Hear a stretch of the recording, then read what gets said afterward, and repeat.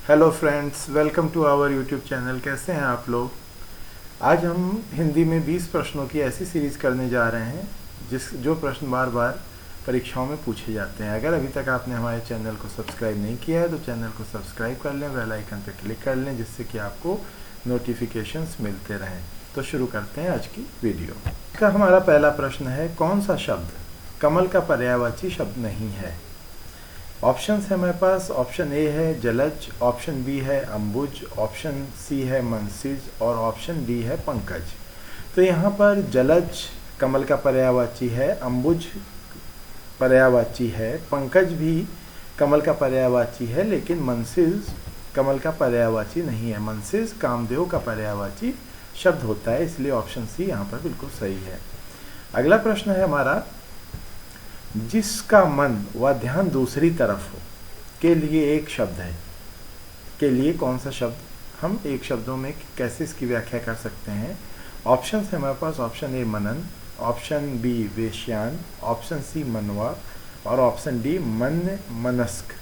तो यहाँ पर सही उत्तर होगा ऑप्शन डी मन अन्य मनस्क, जिसका ध्यान मन व ध्यान दूसरी तरफ हो, अन्य मनस्क बोलते हैं उसको। अगला प्रश्न है, अविधा शब्द शक्ति में ऑप्शंस हैं, वाच्यार्थ प्रकट होता है, लक्ष्यार्थ प्रकट होता है, व्यंग्यार्थ प्रकट होता है कि विचित्र अर्थ प्रकट होता है। हमें ये बताना है कि अविधा रूप जो होता है, शब्द शक्ति का जो रूप होता है, उससे क्या चीज़ हमें क्या पता चलता है? तो इसका ऑप्शन ए सही है, वाच्यार्थ प्रकट होता है उससे। अगला प्रश्न है हमारा, भाववाचक संज्ञा के अंतर्गत आते हैं। हमें बताना है भाववाचक संज्ञा के अंतर्गत क्या क्या आता है। ऑप्शंस है पशु पक्षी आदि, गुण दोष आदि, दिशाएं आदि, आभूषण आदि। तो भाववाचक संज्ञा में हम भावों की बात करते हैं, किसी की भावना, तो यहाँ पर गुण दोष आते हैं। ऑप्शन बी हमारा सही होगा, गुण दोष आते हैं। अगला प्रश्न, सेंटेंस दिया हुआ है, राहुल काली पतलून पहनकर खेलने आया में विशेषण क्या है, ये हमें बताना है। ऑप्शन है हमारे पास काली, बी ऑप्शन है पतलून, सी है मदन और डी है खेलने। तो विशेषण वो शब्द होता है जो विशेषता बताता है। अब यहाँ पर पतलून की विशेषता बताई जा रही है कि वो कैसी है, काली है। इसका मतलब यहाँ पे ऑप्शन ए बिल्कुल सही होगा, काली।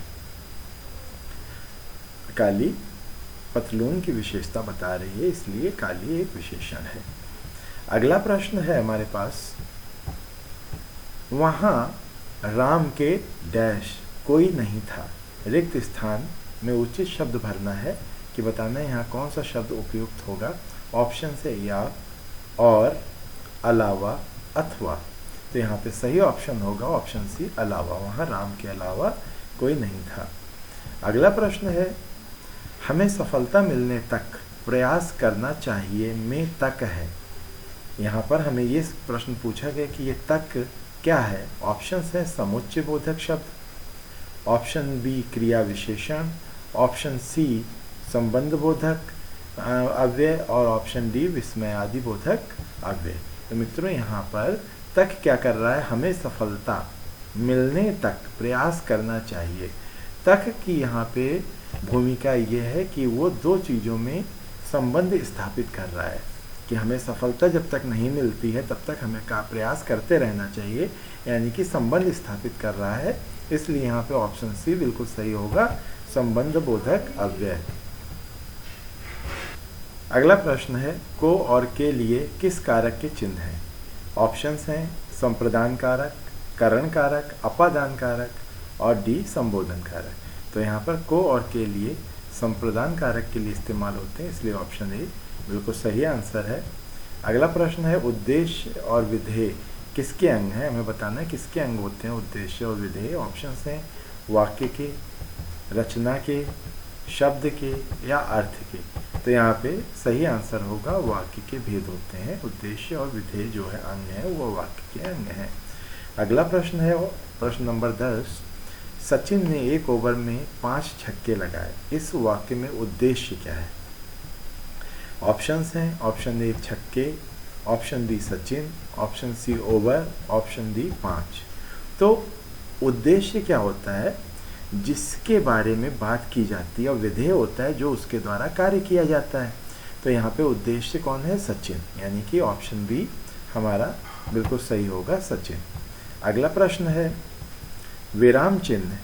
ये जो विराम चिन्ह दिखाई दे रहा है इसका नाम बताना है।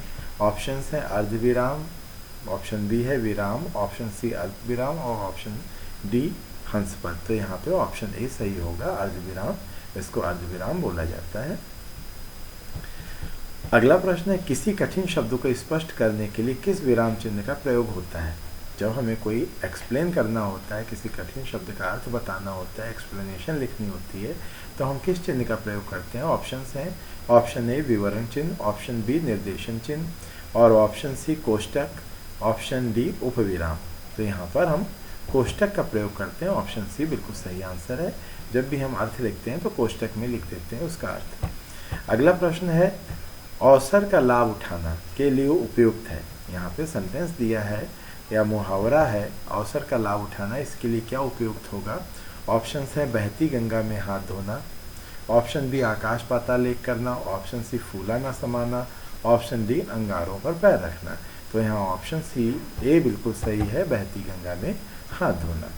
अगला प्रश्न है बाधा डालना मुहावरे का क्या अर्थ है? बाधा डालना मुहावरे का अर्थ बताना है।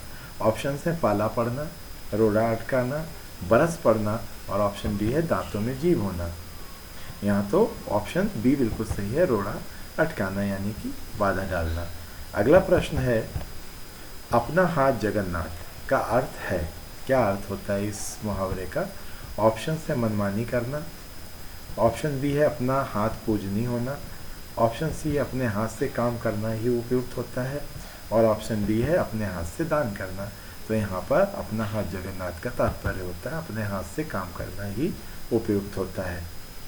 अगला प्रश्न है मैं तुम सबको खूब समझता हूँ, तुम सब एक जैसे हो के लिए उपयुक्त है। इसके लिए ये भावार्थ दिया है किसी मुहावरे का, हमें बताना है इसके लिए क्या सही मुहावरा होगा।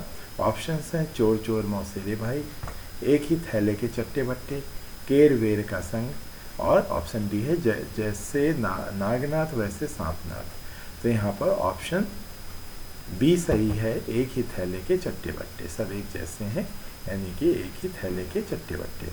अगला प्रश्न है अधिसूचना का प्रकाशन कहाँ होता है? जो सरकारी कोई भी अधिसूचना प्रकाशित की जाती है वो कहाँ होती है?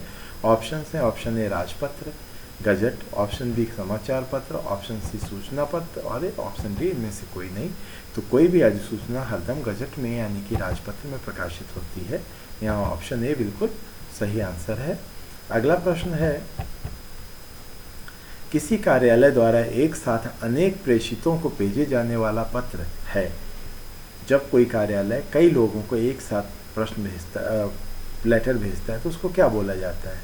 ऑप्शन है परिपत्र, ऑप्शन बी है विज्ञापन, ऑप्शन सी है अधिसूचना और ऑप्शन डी है आवेदन। तो यहाँ पर इसको परिपत्र बोला जाता है। एक ही पत्र कई लोगों को संबोधित करके भेज दिया जाता है अलग अलग विभागों में, तो ये परिपत्र कहलाता है। अगला प्रश्न है शहीद वर्ण कौन सा है? ऑप्शन है ऑप्शन ए है आ, ऑप्शन बी है अ, ऑप्शन सी है ल, ऑप्शन डी है हा। तो मित्रों सही ऑप्शन है ऑप्शन बी अ, जो है वो शहीद वर्ण है, शहीद वर्ण कहा जाता है ऑप्शन ए को। अगला प्रश्न और आज का अंतिम प्रश्न है भूतकाल के कितने भेद हैं? भूतकाल के कितने भेद हैं? तो यहाँ पर ऑप्शंस दिए गए हैं, option A 4, option B 8, option C 6 और ऑप्शन डी 3। तो भूतकाल के 6 भेद होते हैं, ऑप्शन सी बिल्कुल सही आंसर है। ये थे आज के हमारे 20 प्रश्न और आशा करते हैं आपको आते होंगे। ये जितने भी प्रश्न पूछे गए इन सब की विस्तृत वीडियो, इन सब पे चैप्टर पे आधारित विस्तृत वीडियो आपको पहले से ही प्रोवाइड की जा चुकी है। अगर आप उनको देख लेते हैं तो इस तरह के प्रश्न करने आपके लिए बहुत ही आसान होंगे। अगर कोई भी कठिनाई होती है तो आप कमेंट कर सकते हैं। मिलते हैं, तब तक के लिए अपने अगले वीडियो में मिलते हैं। अगर आपने चैनल को सब्सक्राइब नहीं किया है चैनल को सब्सक्राइब कर लें, बेल आइकन पर क्लिक करें। नमस्कार।